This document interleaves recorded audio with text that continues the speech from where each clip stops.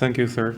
Hello, everyone. It's a great honor for me to represent the Asian Heart Society here in Dubai to represent the Coronary Visual Intelligence System Guided Left Main PCI. I'm Dr. Dingyu. I'm from the Harbin Medical University. And this is his history. A 67 years old female, only 158 centimeter and 36 kilogram.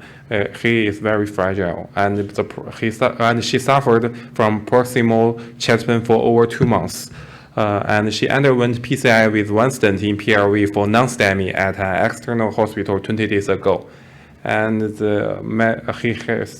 she suffered from hypertension, diabetes, and chronic renal function disease. And this is her ECG is almost normal, and the EF value is 63%. This is her diagnosis and her medicines. So look at the angiogram. We can see that the stent in PLV is really good now because the stent is just implanted 20 days ago. And this is her left main. When I saw the angiogram, I called the surgeons, and the surgeon told me I won't do a bypass surgery for this little woman in 20 days just after the first stent. So I talked to the patient, and she wanted a PCI procedure. Just look at this. This is a Medina 111 bifurcation case with severe calcified plaque burden. And then what should we do? CABG, the surgeon refused. So if we want to do some PCI procedure, ROTA maybe is useful. And in China, usually some doctors will use IVL, and cutting balloon, scoring balloon, or POVA is also useful. So what should we do now?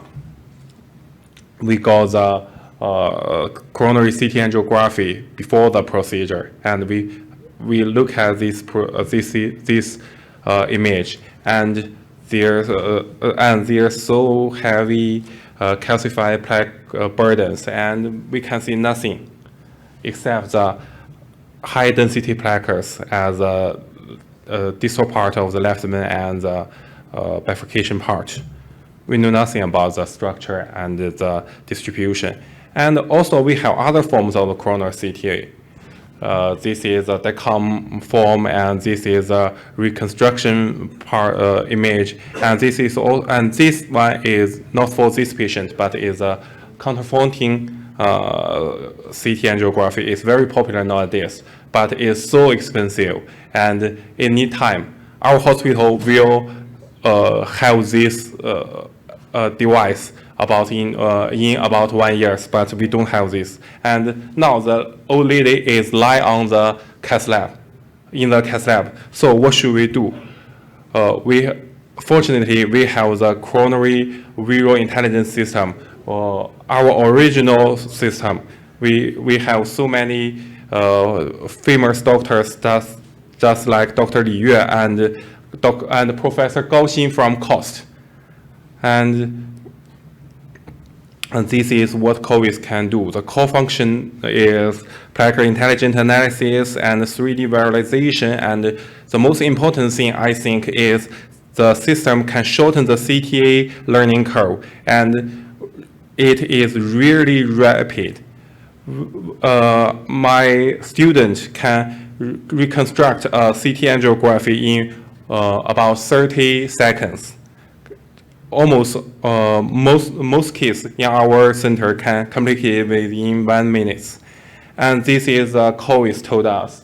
We can see that as the distal part L, left main to LAD, there's a circle. It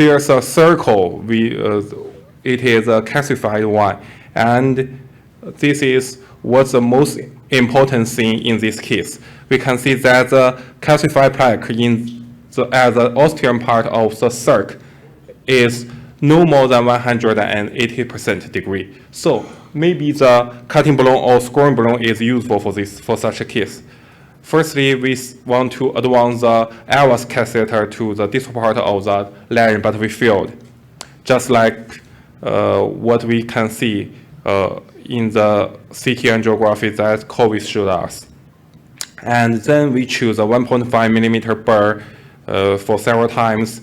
This is the ALVAS image. We can see that there's severe calcified plaques in the from the left main to the LAD. And unfortunately, in some segments, just like this one and this one, the workhorse wire is far away from the calcified plaques. So we need to talk about the bias. As we all know, bias is very important. And nowadays, we really talk about the wire type bias and also the burr size bias. So we change another wire. The first time when we choose a 1.5 millimeter burr, we use a floppy wire. And then when we choose a bigger burr, we exchange to an extra support wire. It will change the wire bias.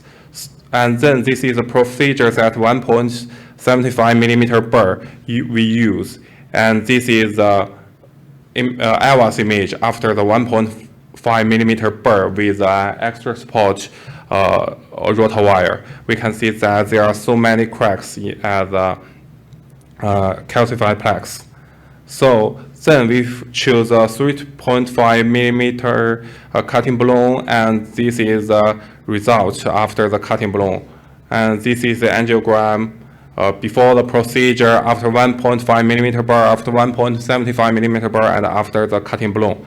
It's quite useful. And then we choose ALVAS to check what the distribution of the calcified plaques as an ostium or circ. We can see that this is the workhorse wire in the LAD. And this is the ostium part of the circ, just like what CorVIS told us. The calcified plaque is no more than 180 degrees. So, just like this is the CorVIS system and this is the ALVAS image. So we choose a 3.75 millimeter cutting balloon to dilate the lesion and is acceptable. Then we choose a decay crash for the left main bifurcation. This is the final result. We have the CorVIS system is our own system that's developed by Dr. Li Yue and Professor Gao Xin. So we have showed so many cases, even in the MathStream 360. This is what CorVIS can show us. First of all, in some CTO cases, CorVIS can show the location of the fibrous cap, just like the angiogram. We don't know the fibrous cap is at the part A, at the side A or side B, but CorVIS can show us. And also with the CorVIS can show the plaque distribution of the fibrous cap and some anomalous origins. This is a case that the left main is between the aorta and the pulmonary artery, and this is a case that the left coronary artery is origins from the pulmonary artery, and we can give the QR code to our patient and other doctors to show it.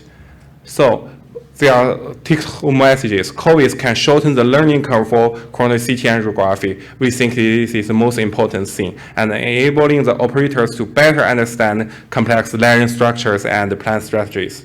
Rationality of utilizing the bias during the rotor procedure can enhance the efficiency. It's very important. Thank you. Thank you very much.